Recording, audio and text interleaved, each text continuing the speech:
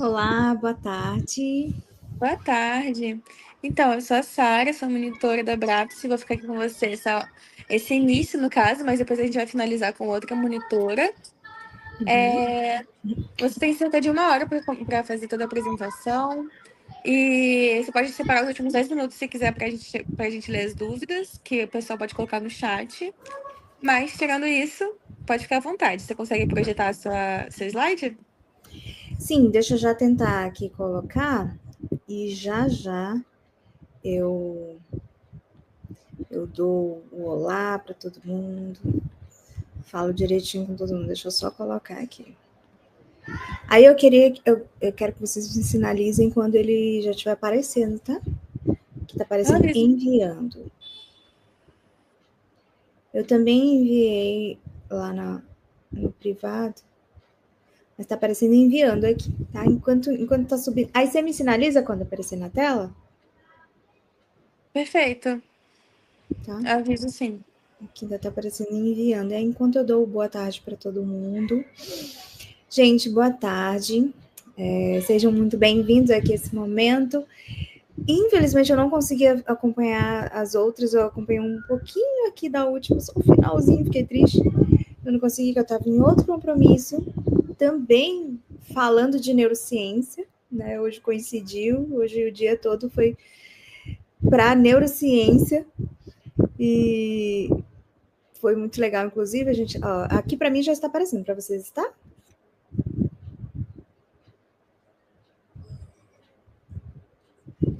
Consegue ver, Sara? Apareceu? Para vocês aí no chat, pessoal, uma boa tarde para todos. Inclusive, eu consigo ver os comentários aqui de vocês, tá bom? Então, deixa eu me apresentar logo. Meu nome é Gerlane Amorim, eu sou neuropsicóloga e é um prazer enorme estar aqui falando com vocês sobre neurociência, sobre neuropsicologia. É a área de atuação assim que eu tenho maior amor, maior paixão em fazer.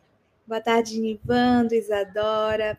Queria, inclusive, que vocês ficassem interagindo aí, tá? Enquanto a gente vai conversando aqui, eu não quero que seja um monólogo aqui, eu quero que a gente vá conversando, vocês podem ir opinando. Quem puder colocar aí no chat de onde que vocês são, que estado, para eu poder mandar assim, um abraço para esse estado. Eu estou falando aqui de Belém do Pará. Não sei se alguém conhece, se você conhece o lugar, manda aqui para mim. Tá bastante calor aqui no momento, por isso que eu estou com auxílio aqui de um ventinho. Mas quero dar as boas-vindas para todos vocês e vão interagindo aí comigo, que eu consigo olhar aqui os comentários de vocês e vez ou outra, ao invés de a gente separar um tempo, se vocês forem comentando e eu for vendo que os comentários estão contribuindo aí, a gente vai interagindo aqui. Olha, tem gente de São Paulo, de Presidente Prudente, um abraço. Do Ceará, olha, Guaraciaba do Norte, de Goiânia, Goiás, um abraço para vocês. Muito obrigada pela presença de vocês, pela confiança de estarem aqui, tá bom? Vão colocando aí que a gente vai interagindo. E esse meu desafio aqui hoje, né? E eu fiquei muito feliz pelo convite da Braps, inclusive. Né? Muito obrigada pela honra de estar aqui com vocês. É a segunda vez que eu estou aqui, eu estava no outro lado de superdotação, que foi muito incrível também o congresso. E estou aqui com todo prazer. Goiânia tá chuva frio, que estão dizendo aqui. Ai, quem dera. Tá calor pra caramba aqui. Então, a gente vai conversar hoje, e eu quero que seja uma conversa, como eu falei com vocês, né? Sobre estresse. Olha só. Tem alguém estressado aí? Espero que não, hein? Espero que enquanto vocês estão adquirindo conhecimento, esteja tudo tranquilo. Mas se tiver alguém estressado, também não se preocupe, porque é normal, viu? Hoje em dia, e é justamente sobre isso que a gente vai conversar, neuroplasticidade sob ataque. Eu acho que já falaram sobre neuroplasticidade aí, mas a gente vai dar uma reiterada, porque é a base da neuropsicologia, né? A gente precisa sempre falar sobre isso.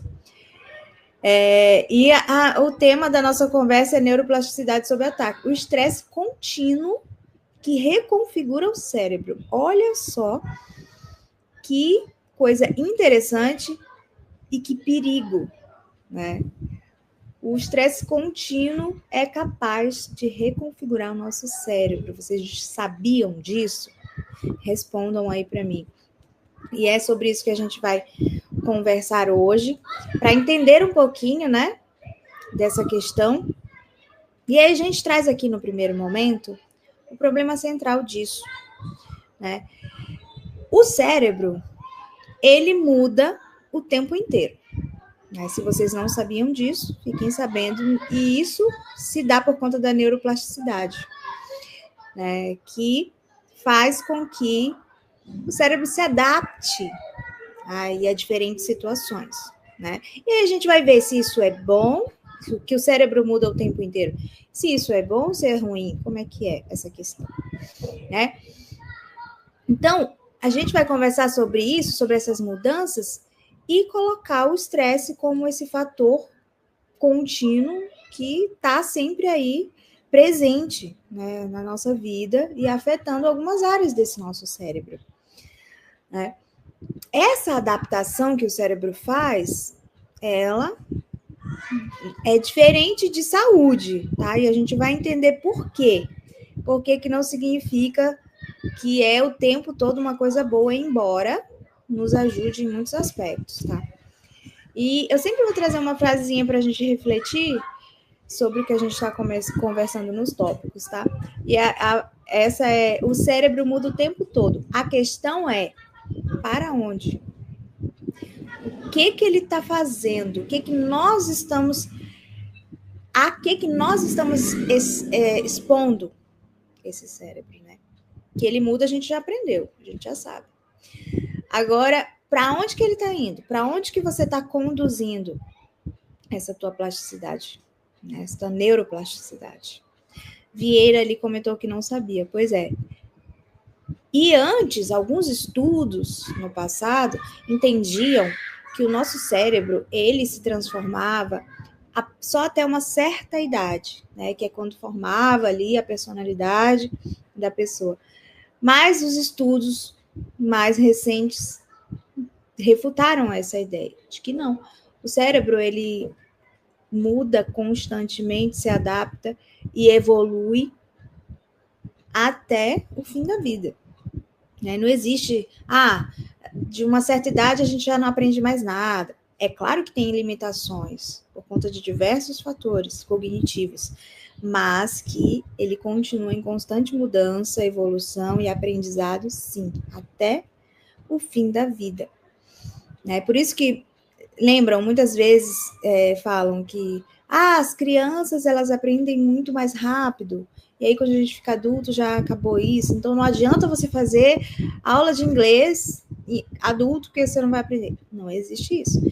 É óbvio que as crianças têm uma facilidade maior porque elas têm, né, todas as capacidades cognitivas ali muito mais preservadas, né?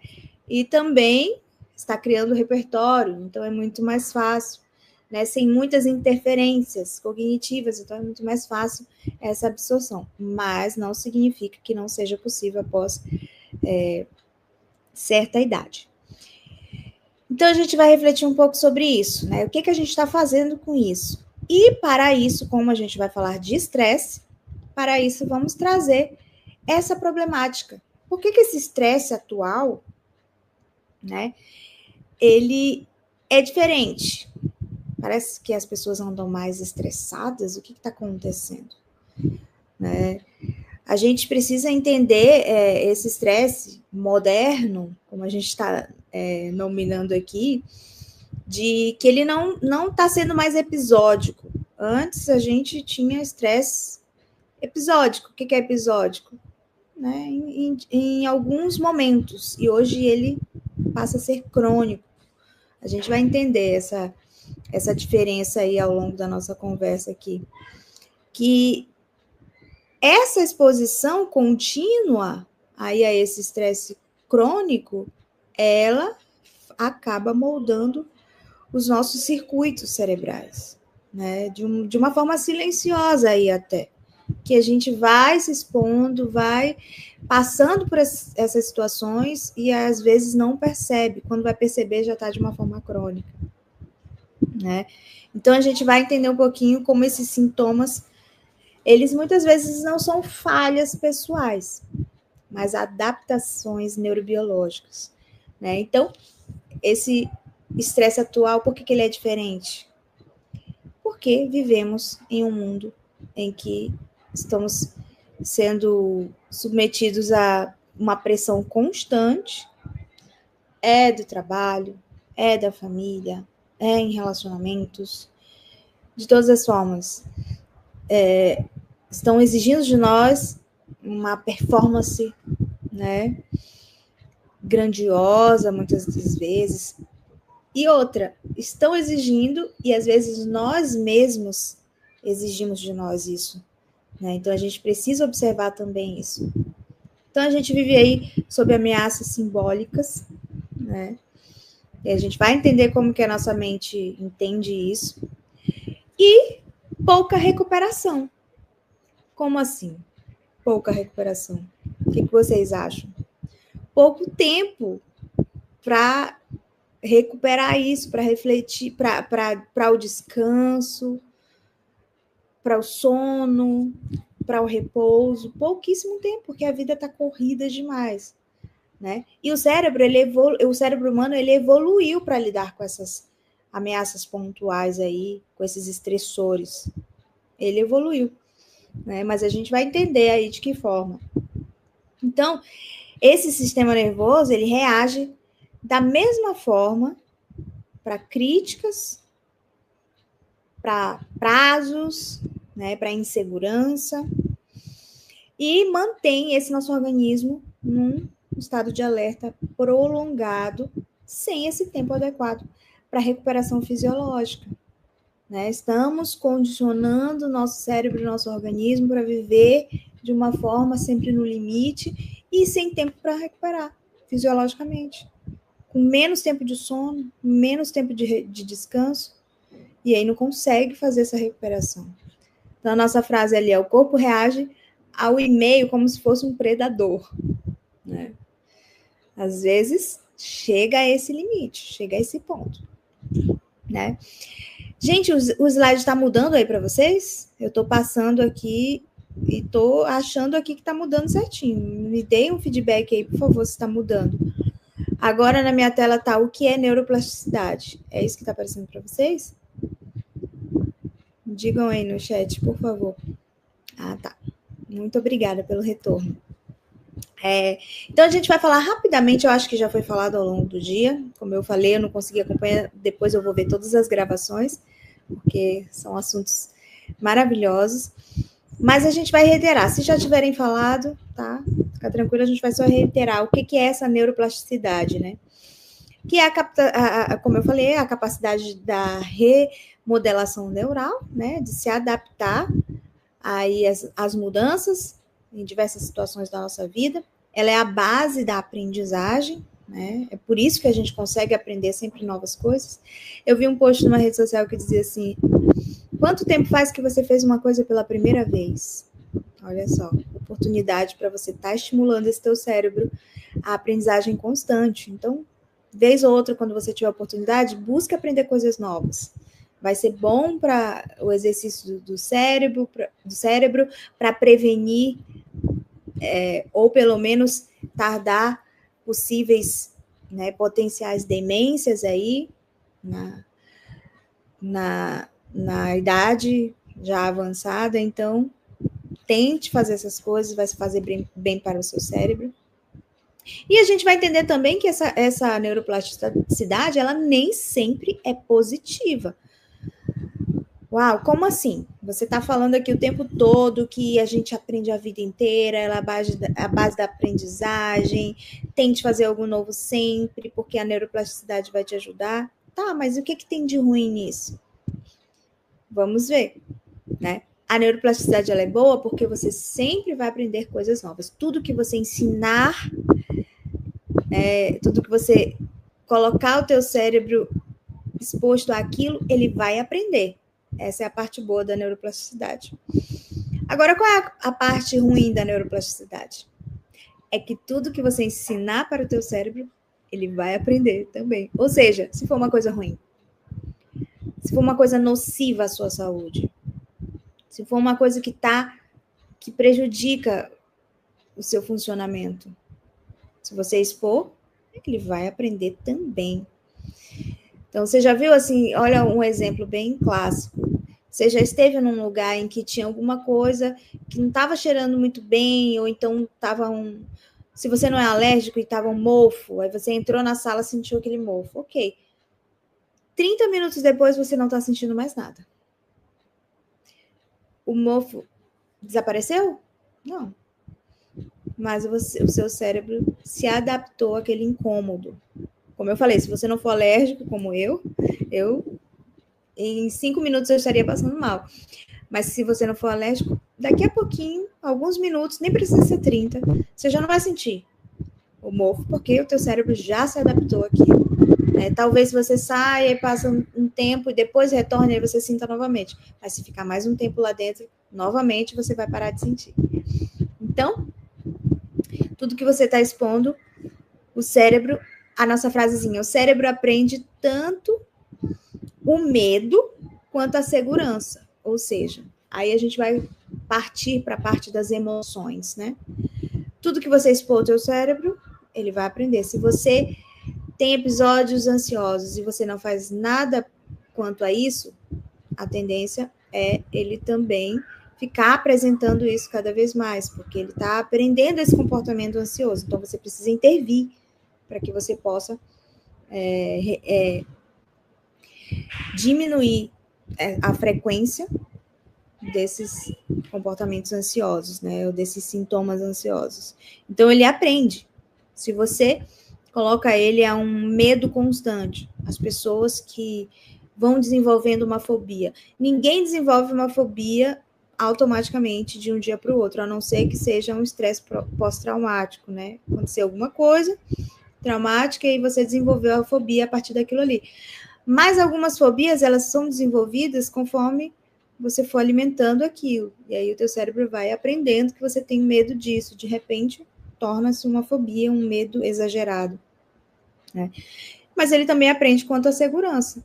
Quando você está exposto a alguma coisa que você tem medo e você vai fazendo uma reestruturação cognitiva ali do teu cérebro, você começa a desenvolver um pensamento de segurança quanto àquilo. Não, isso aqui não é verdade, isso aqui é algo que o meu cérebro está tentando, meus pensamentos estão tentando me sabotar, então não é verdade, não devo acreditar em todos os meus pensamentos. Aí você vai também ensinando para ele sobre como desenvolver essa sensação de insegurança, de segurança, desculpa. Então, só para enfatizar a neuroplasticidade, né? Ela sustenta tanto o desenvolvimento quanto os transtornos psicológicos. Então, a gente precisa entender isso, né? E o nosso cérebro, e aí a gente aprende isso na educação, principalmente na educação infantil, o nosso cérebro, ele aprende o quê? Com repetição. Como foi que você aprendeu as coisas na escola? Repetindo. Não foi a primeira vez que lhe apresentaram o alfabeto, você já aprendeu. Não. Foi na repetição. Então, o cérebro, ele aprende na recepção. Independente do conteúdo ser funcional ou disfuncional, ele vai aprender. Só para reiterar aí o conceito de neuroplasticidade. E vamos seguindo. Gente, vão interagindo aí, tá?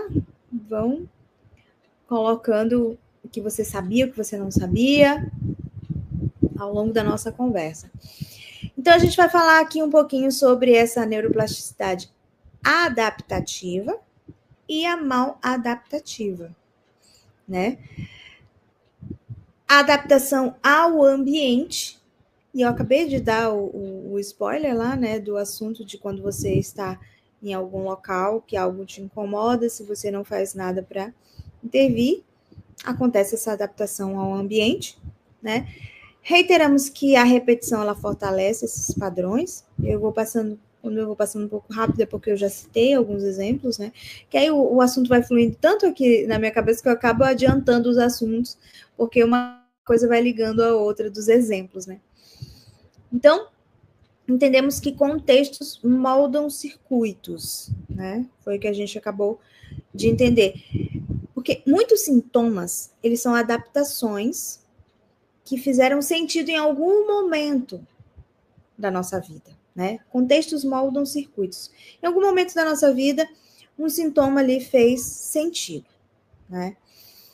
E aí, o problema surge quando você já está adaptado, né? O circuito já está moldado, e o problema surge quando esse contexto muda, né? Porque o cérebro, ele continua operando sobre regras antigas, porque ele foi exposto a isso, né? Então, quando você está em um tratamento para fazer uma reestruturação cognitiva, para tratar uma fobia, por exemplo, você muda o contexto, vai tratando isso, mas o cérebro ele continua agindo, né, com essas regras antigas de ameaça e defesa. Então, você vai sentindo aquele desconforto. É por isso que um tratamento psicoterápico, ele não é assim no passe de mágica, não é em uma sessão, não é em 5 sessões para curar a ansiedade.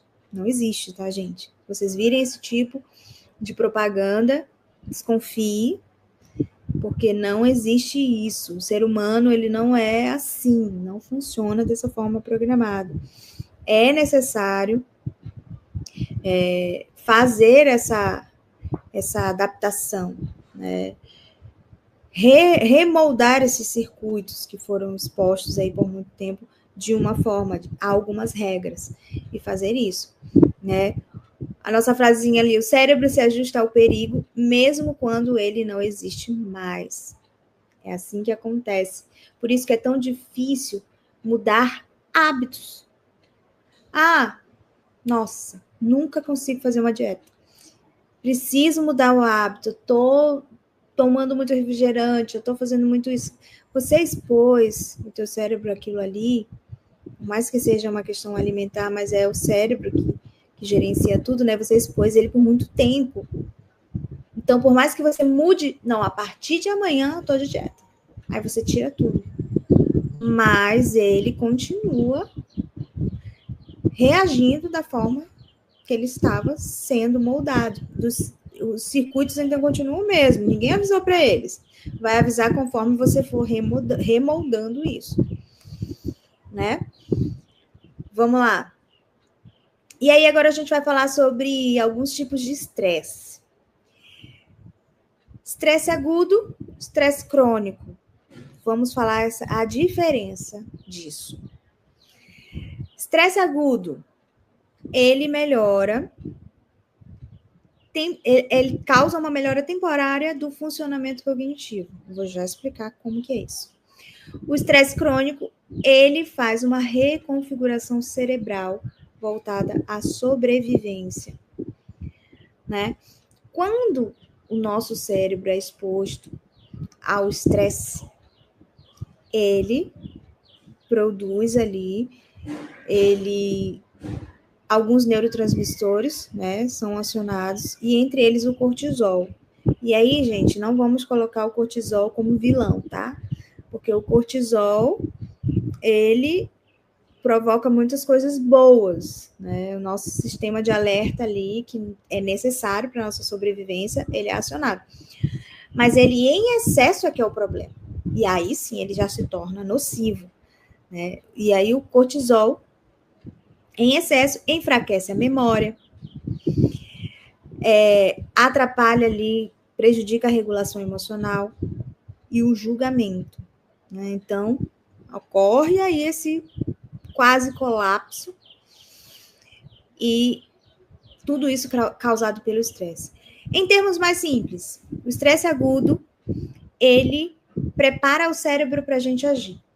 E qual é a diferença? O agudo, ele é acionado naquele momento, o nosso cortisol ali, ele é acionado naquele momento, né, para preparar o nosso cérebro para agir. Mas depois que o episódio causador, o episódio estressor passou, aí passa, né? Aquela sensação de mal-estar e tudo mais, passa. Esse é o estresse agudo. Agora, o estresse crônico, ele treina o cérebro para viver em alerta o tempo inteiro. Então, aí já tem uma ação mais prolongada, né?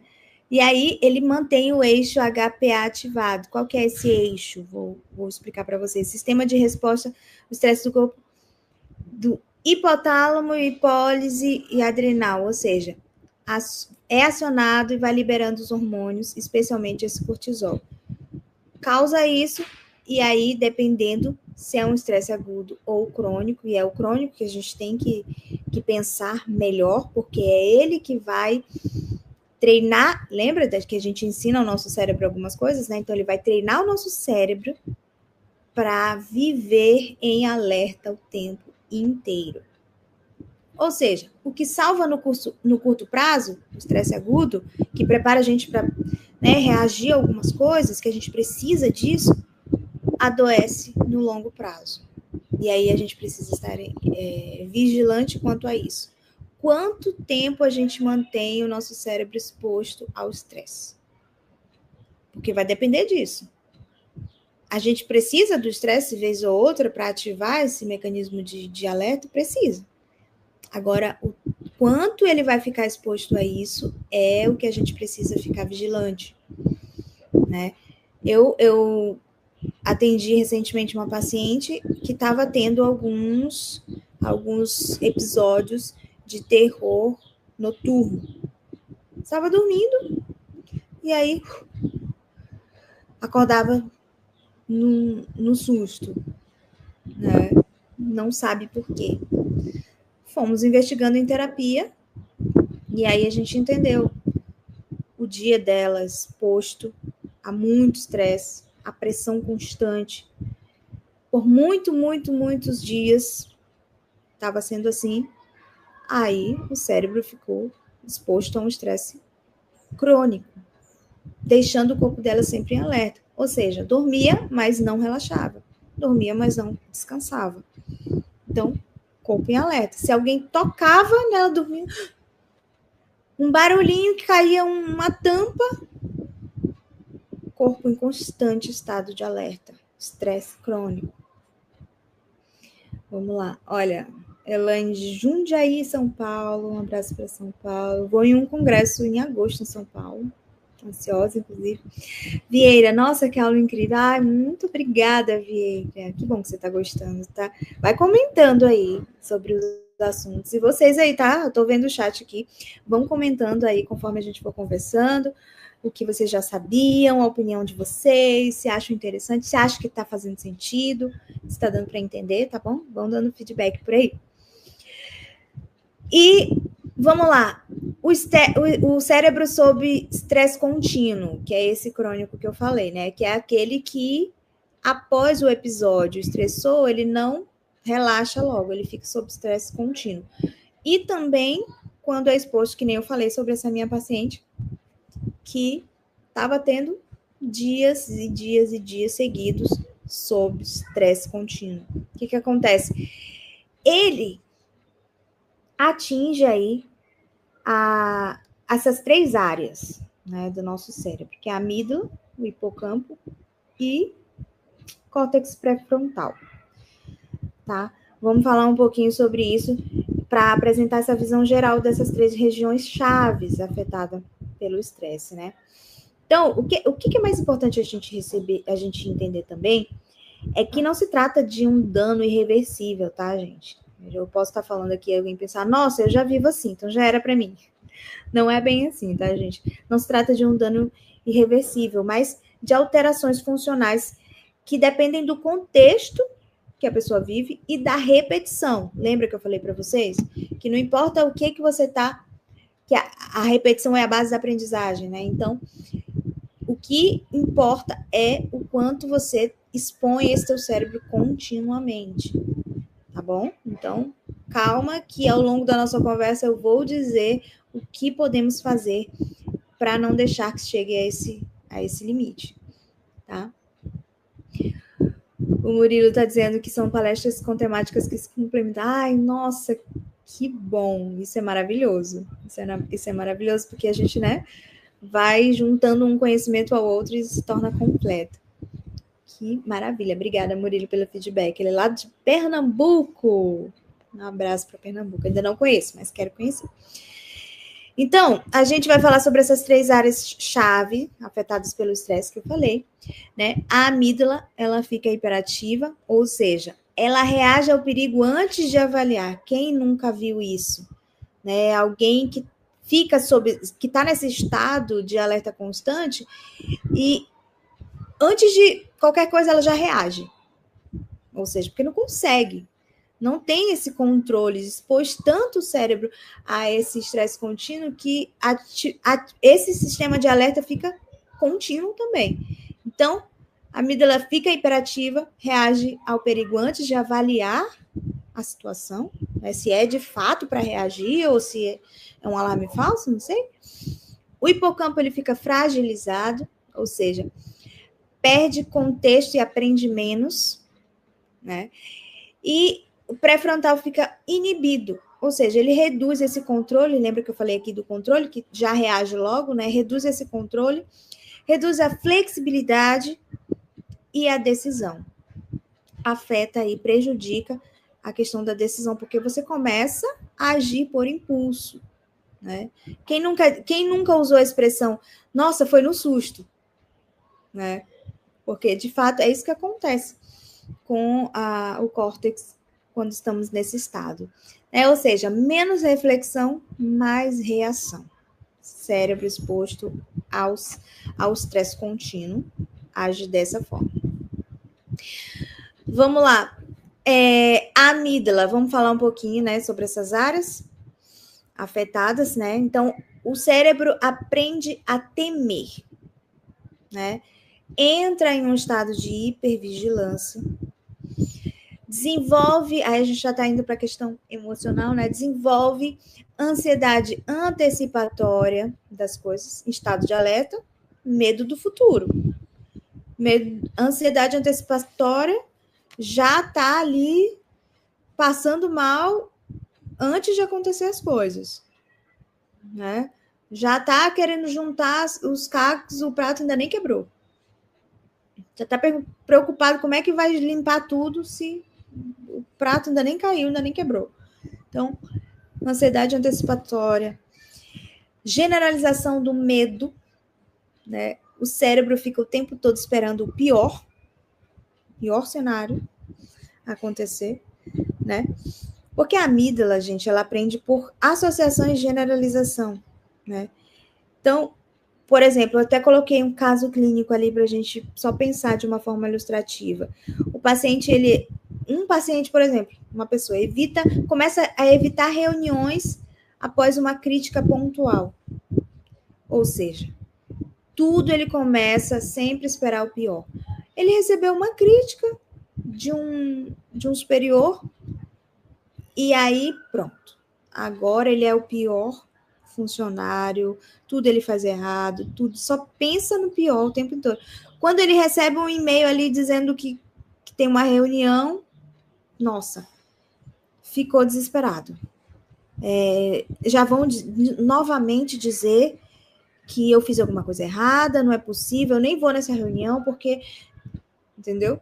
Começa a desenvolver esse estado de ansiedade antecipatória, generaliza tudo, sempre levando para o pior cenário possível, né? O hipocampo, aí a gente vai falar sobre onde fica concentrada ali parte da memória, né? Porque a gente sabe que a memória ela está em várias áreas, divididas em vários tipos.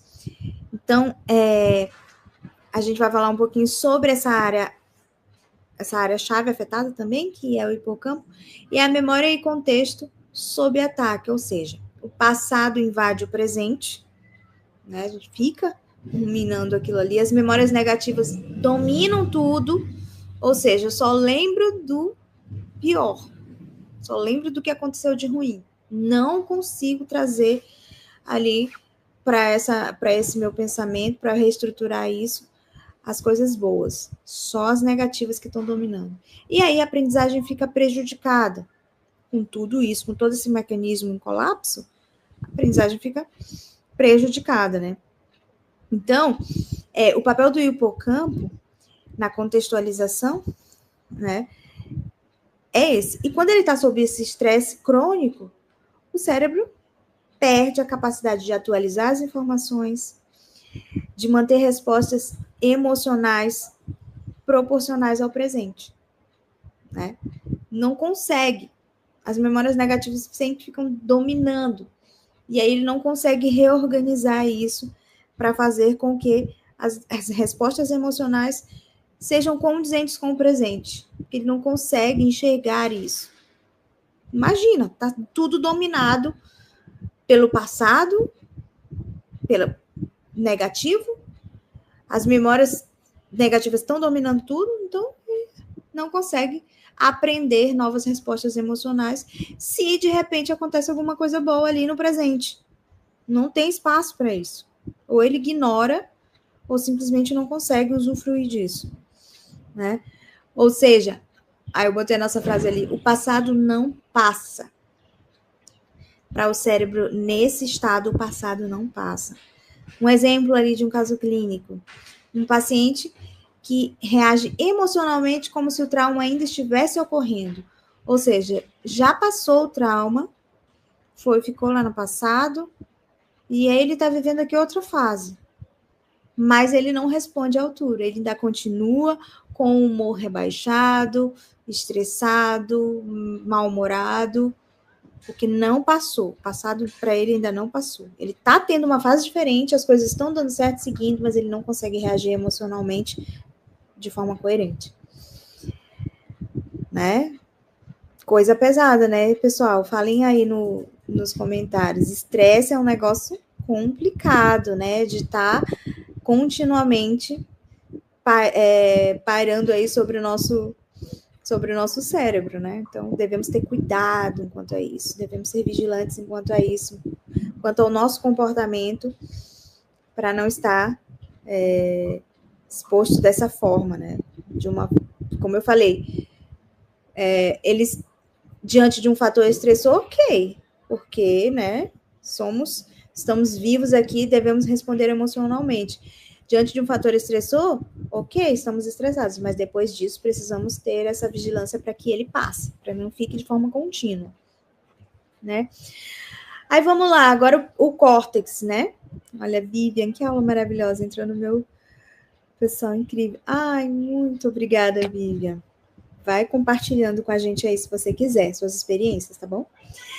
Córtex pré-frontal, falei das duas áreas, agora o córtex, né?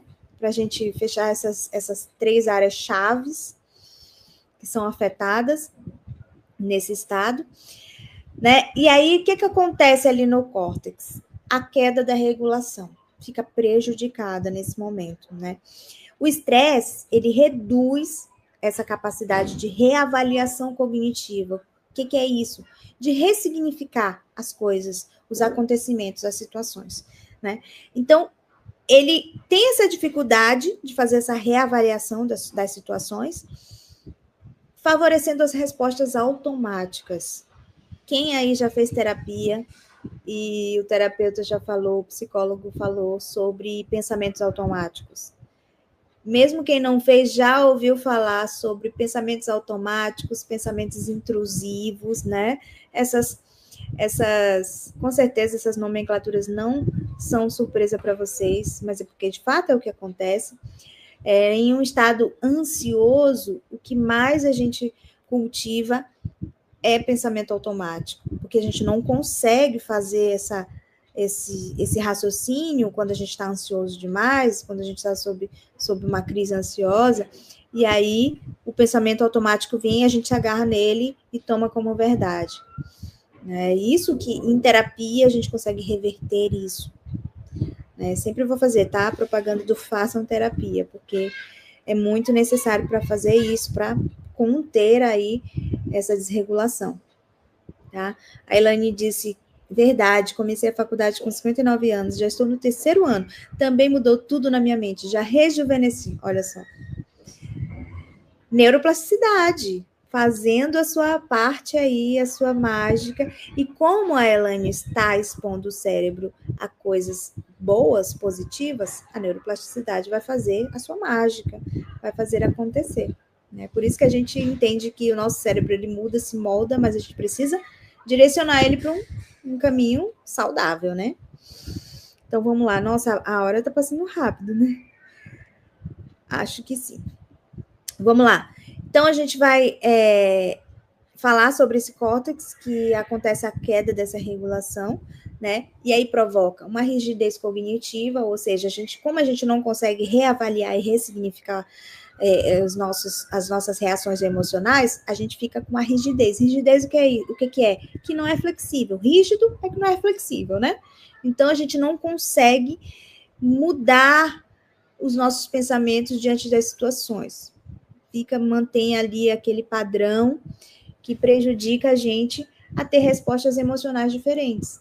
Então, se a gente está adaptado ali àquele humor baixo, aquele estresse, a gente vai manter ali, não consegue ressignificar isso de uma forma tranquila, de uma forma natural. E aí desenvolve essa rigidez cognitiva.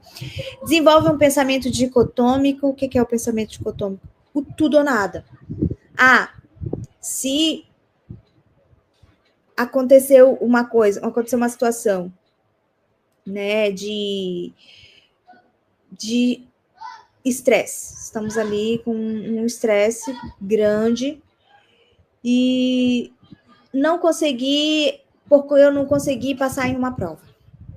Tá. Não consegui passar nessa prova, então, nossa, como eu sou burro, não consegui passar nessa prova. E isso é pensamento tudo ou nada. Ou eu passo na prova, ou eu sou burro. Não é bem assim. Você pode ter ido mal em uma prova, mas não significa que você não é inteligente, que você não foi bom em 10 outras provas. Você faz uma faculdade que você tem 8 disciplinas em um semestre, aí você tirou uma nota baixa. Você diz, não é para mim. Esse curso não é para mim, eu não sou boa nisso, nunca vou aprender. Pensamento tudo ou nada. Né? Se eu não fui bem em uma prova, eu sou burro, eu não aprendo.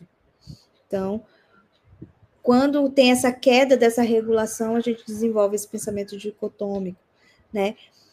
Desenvolve também a impulsividade, porque quando a gente não consegue raciocinar direitinho, se regular, a gente vai agir no impulso. Quem nunca usou essa expressão? Agir no impulso. Quando a gente age no impulso é porque a gente não conseguiu parar, raciocinar, refletir antes de agir, né? O cérebro perde o freio e ganha o alarme. Vê só, que frase incrível para definir esse estado, né? Perde o freio, não consegue regular, e ganha o alarme.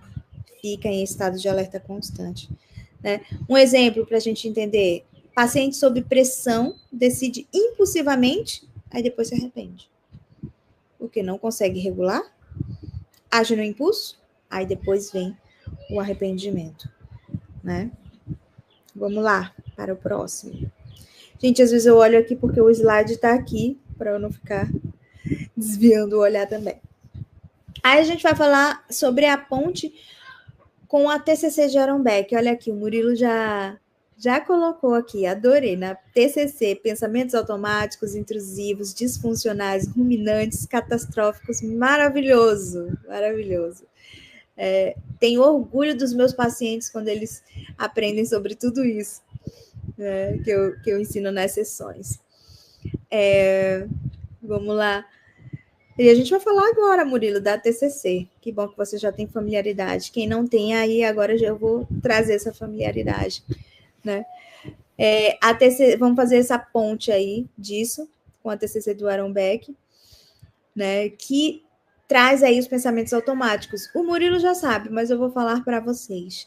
Pensamentos automáticos, o nome já sugere, né? É aquele pensamento que vem automaticamente quando a gente passa por alguma situação estressora, né? Exemplo, o exemplo da prova ainda, né?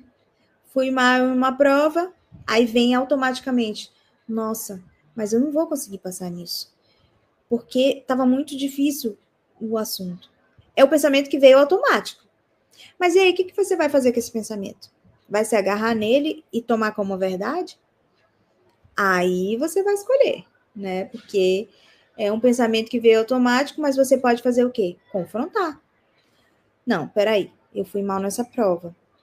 Mas eu posso fazer uma prova de recuperação. E como eu já tive contato com o conteúdo da prova, eu já tenho um caminho. E aí, a prova só vai ser mês que vem, a de recuperação. Eu tenho mais um mês para estudar. Então, eu tenho uma opção de fazer recuperação, eu tenho mais um mês para estudar, e eu já tive um contato. Eu sei que a prova não vai ser igual, mas eu já tive um contato mais ou menos com o conteúdo, então eu já tenho meio que um caminho.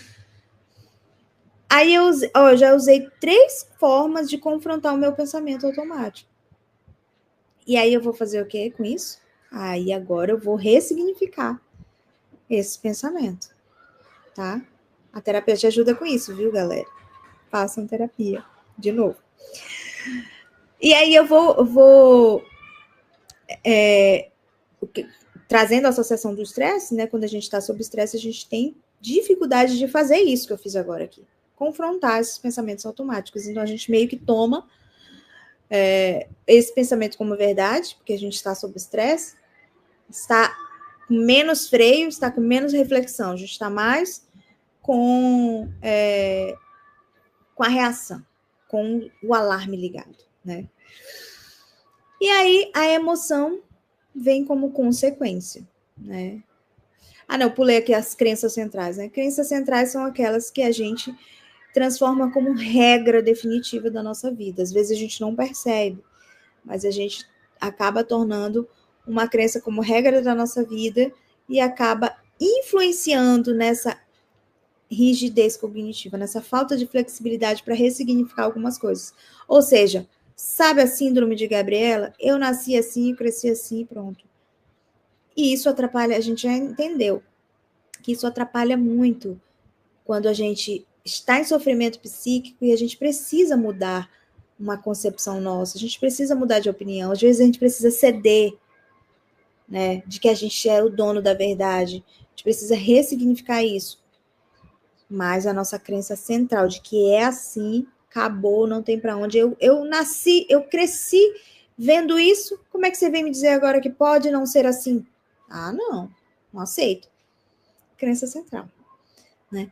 E aí vem a emoção como consequência, que quando a gente vive assim, desse modo, o que acontece?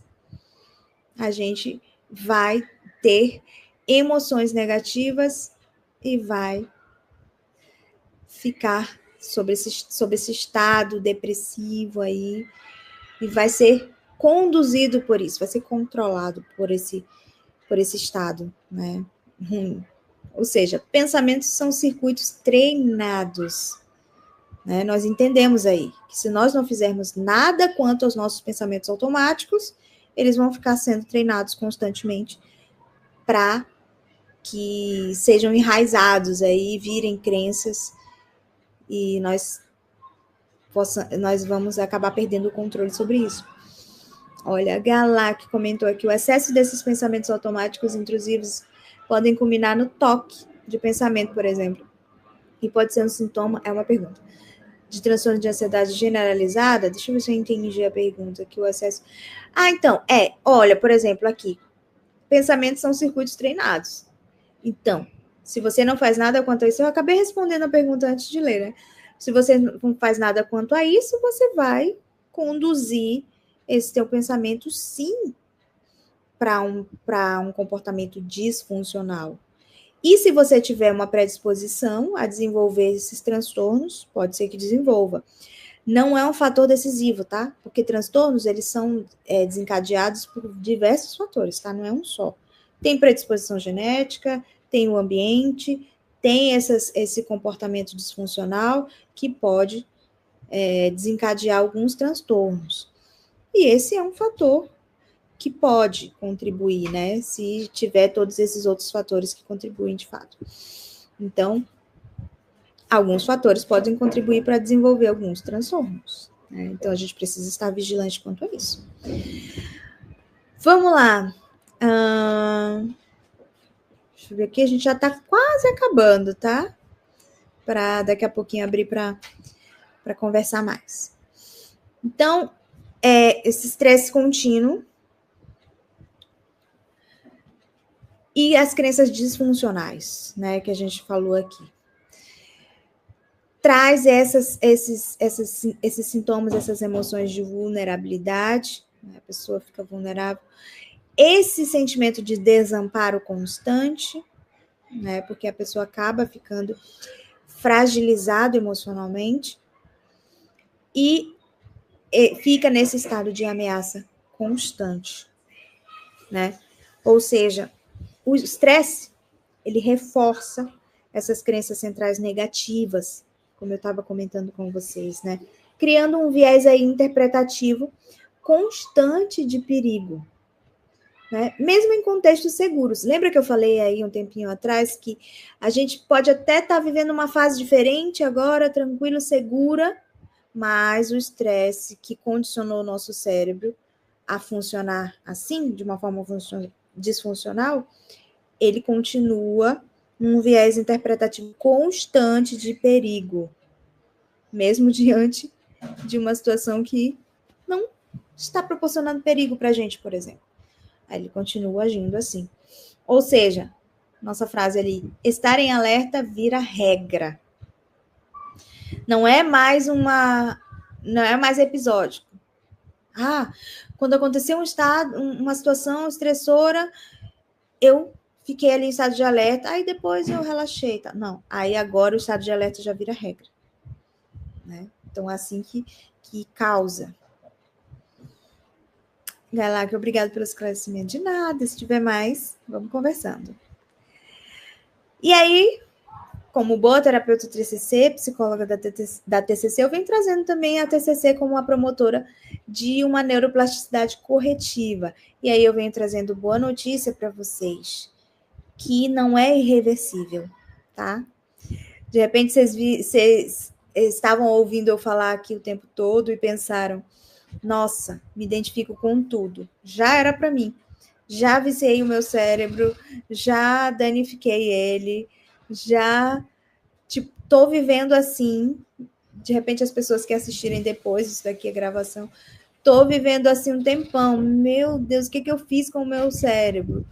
Não me atentei, deixei ele exposto ao estresse contínuo e agora estou vivendo assim, estou me identificando com esses estados. Já era para mim?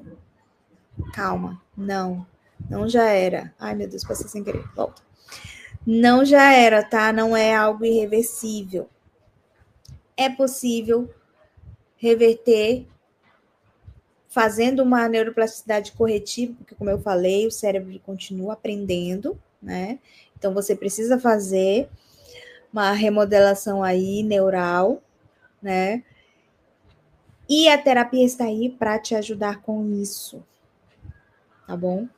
TCC, que é a abordagem que eu atuo, tá? Que eu atendo na clínica também, eu atendo com avaliação neuropsicológica, mas atendo também na clínica, com terapia. Então, a TCC, ela ajuda nessa neuroplasticidade corretiva, como? Fazendo essa reestruturação cognitiva, né? Ajudando na ressignificação desses pensamentos automáticos, no reconhecimento dessas crenças centrais, né, dessas crenças intermediárias também, que é as pequenas regrinhas que a gente estipula para a nossa vida e acaba fazendo com que a gente reaja de uma forma rígida também, né, nos prejudica em algumas coisas, né. Uma das técnicas da TCC também é a exposição, e isso em terapia vocês vão conseguir fazer, para ir desensibilizando esse cérebro e proporcionando essa reestruturação. Alguns experimentos comportamentais é possível fazer em terapia também, é uma das técnicas também da TCC, né? E a frasezinha para a gente refletir, como que a TCC pode nos ajudar quanto a isso, é: a TCC ensina o cérebro a atualizar as previsões, né? Quando a gente está em terapia, a gente consegue fazer isso. Então, pela terceira vez, façam terapia. Anotem aí quantas vezes eu digo façam terapia. Porque é saúde mental, gente. Não devemos brincar com isso. Estamos fazendo aqui para o final. Eu acho que é o penúltimo exemplo. Deixa eu ver.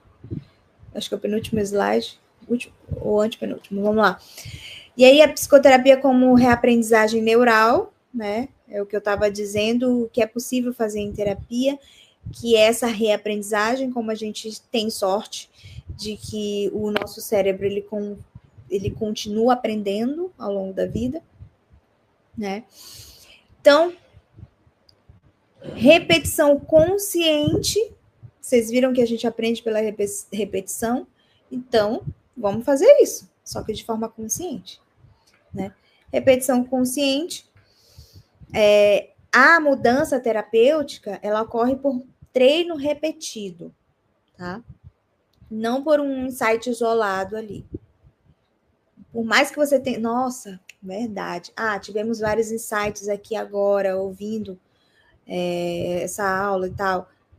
Mas e aí? Vai fazer o que com isso? Só isso? Aí você não vai fazer nada com o teu cérebro. Não vai ativar aí essa reaprendizagem. Tem que fazer a repetição disso. Né? Uma repetição consciente para poder fazer essa neuroplasticidade corretiva. Né? Então, a psicoterapia ela é uma prática sistemática de novas respostas. Tá?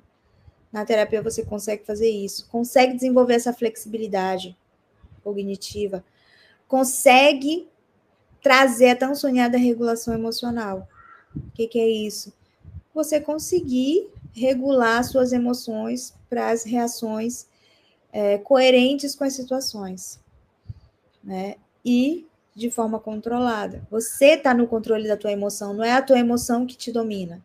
E você reage conforme o teu estado de humor. Não. É você que toma o controle. E aí, isso é conquistar uma regulação emocional. A terapia te ajuda com isso. O cérebro muda quando a experiência muda. E quando ele é exposto repetidamente a mudança dessa experiência. Tá bom? Eu acho... Deixa eu ver, acho que é o último, é o penúltimo. Agora a gente está indo para o final, tá? Deixa eu ver a hora. Estamos certinho, estamos dentro do horário, né? Então, vamos lá. O que estamos treinando aí é para a gente refletir, tá, gente? O que nós estamos treinando diariamente? E aí, respondam aí para mim se tiverem coragem. Tá treinando teu cérebro de uma forma saudável ou de forma nociva? Né? O que estamos treinando diariamente? A gente está treinando a ruminação ou a solução? O que é ruminação? Você passou por uma situação complicada, passa o tempo inteiro só pensando naquilo. Ruminação. Eu gosto de usar uma metáfora com meus pacientes. Você já viu o boi quando come no pasto? Boi, cavalos, enfim, eles têm uma prática parecida. Eles comem uma coisa e eles passam o dia inteiro mastigando. Você acha que ele está comendo o dia inteiro? Não, às vezes é o que ele comeu de manhã e ele passa o dia inteiro mastigando. Ruminação. Mesma coisa, você pega um problema, uma situação, vai ficar ruminando. E aí, é isso que você está treinando teu cérebro? Se for, pode saber que ele vai aprender, tá? Neuroplasticidade está aí para isso. E aí, você está treinando ele para ruminação ou para solução do problema? Aconteceu, aconteceu. Poxa, complicado. Mas e aí, o que a gente vai poder fazer para resolver isso? Vamos lá? Próximo passo, né? Você está treinando teu cérebro para evitação ou para o enfrentamento da situação? Aconteceu a situação, você evita, você foge, faz, como é que fala? Greve de falar com a pessoa. Eu esqueci o nome que se fala, alguma coisa de silêncio, pacto de silêncio, alguma coisa assim, para dar um castigo na pessoa, ou você vai lá conversar com ela e diz, olha, a gente teve um problema, como é que a gente vai resolver isso? Vamos lá, precisamos conversar. E aí, tá treinando teu cérebro como? Para evitação ou para o enfrentamento do problema, seja ele qual for. Tá treinando teu cérebro para ficar em estado de alarme ou de avaliação? Né? alarme o tempo inteiro ou, peraí, deixa eu ver se essa situação de fato me provoca algum tipo de risco ou eu estou exagerando aqui. Vamos avaliar? E aí, seu cérebro está treinando o quê? Alarme ou avaliação? O cérebro aprende com o que você repete. Base da aprendizagem, repetição. Né? E, enfim, deixa eu ver se é o último.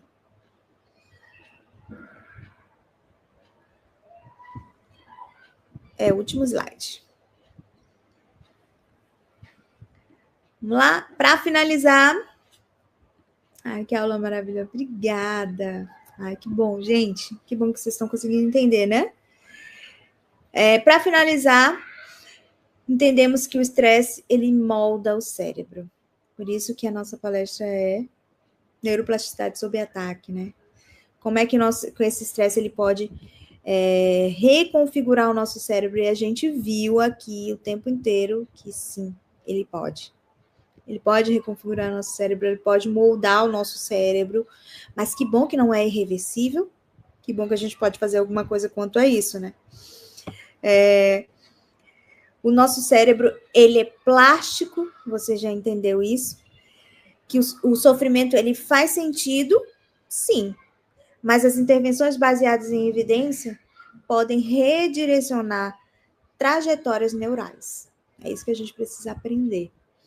Né? A TCC, como eu falei, que é a abordagem que eu trabalho, ela usa a plasticidade a favor, né? Fazendo a gente entender que a mudança é possível o tempo inteiro. Estamos ressignificando os nossos pensamentos, estamos confrontando eles para entender que a mudança é possível, gente.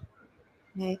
Pela 4ª vez, façam terapia, é muito bom. Você vai conseguir reverter muitas situações aí que você acha que não é possível. Na sua cabeça, envolvido em todas aquelas emoções, você pensa, não tem mais jeito, já era. É isso mesmo, eu fiz bobagem, já era, já me prejudiquei, não tem mais jeito. Tem. Entendam, em terapia vocês vão conseguir melhorar muito isso. Olha ali a nossa mensagem para a gente fechar, para a gente refletir. O cérebro não pergunta se o pensamento é verdadeiro. Ele não consegue diferenciar isso, tá? Porque é você que está trazendo isso para ele. O cérebro não pergunta se o pensamento é verdadeiro. Ele pergunta com que frequência ele aparece. Entende? Então, se ele é verdadeiro ou não, se é uma coisa que você criou ou não, quanto mais você expõe ele, mais ele vai tomando aquilo como pensamento verdadeiro. Embora essa ameaça não seja. Né? Então, não pergunta se o pensamento é verdadeiro. Pergunta com que frequência ele aparece. Então, é para a gente pensar no que a gente está expondo o nosso cérebro. O que a gente está ensinando para ele? O que a gente repetidamente está apresentando para ele? É isso que ele vai tomar como verdade. E aí, para ir encerrando aqui, quero agradecer muito, mais uma vez, esse momento aqui juntos. Espero que tenha sido útil para vocês, que vocês tenham entendido aí sobre essa questão do estresse, como ele molda o cérebro. A minha rede social é essa aí, gente. Me sigam lá no Instagram. Se tiverem mais dúvidas, mandem para mim lá. Vamos bater um papo por lá. Eu gosto de fazer muitos conteúdos de neurociência por lá, de neuropsicologia. E estou aberta para conversar com vocês mais dúvidas que surgirem depois, tá bom? É esse aí, @Gerlane Amorim, escrito desse jeitinho aí. Se você escrever G e os 2 L's, de repente já vai aparecer. Ele tá verificadinho lá também, aí dá para saber qual que é. Tá bom, gente? Muito obrigado, Abrapse, os monitores aí, todo mundo da organização. Foi um prazer enorme estar aqui com vocês. Espero ter outras oportunidades. Olá, Gerlane. Boa tarde. Boa tarde. Vim aqui para o finalzinho mesmo, só para fazer a finalização, mas eu quero realmente reforçar tudo que você falou agora. Muito obrigada por mais uma vez aceitar o convite, mais uma palestra aí super maravilhosa, super incrível. Assim como o pessoal está falando que o conteúdo elucidou muitas dúvidas. É um conteúdo rico, é um conteúdo necessário, realmente. Eu faço a palavra do público às minhas, porque realmente essa é a verdade. É um conteúdo e você traz de uma forma muito clara. Então, muitíssimo obrigada. Eu que agradeço. Tchau, gente. Um grande abraço. Qualquer coisa, estamos lá pelo Instagram. Um grande abraço.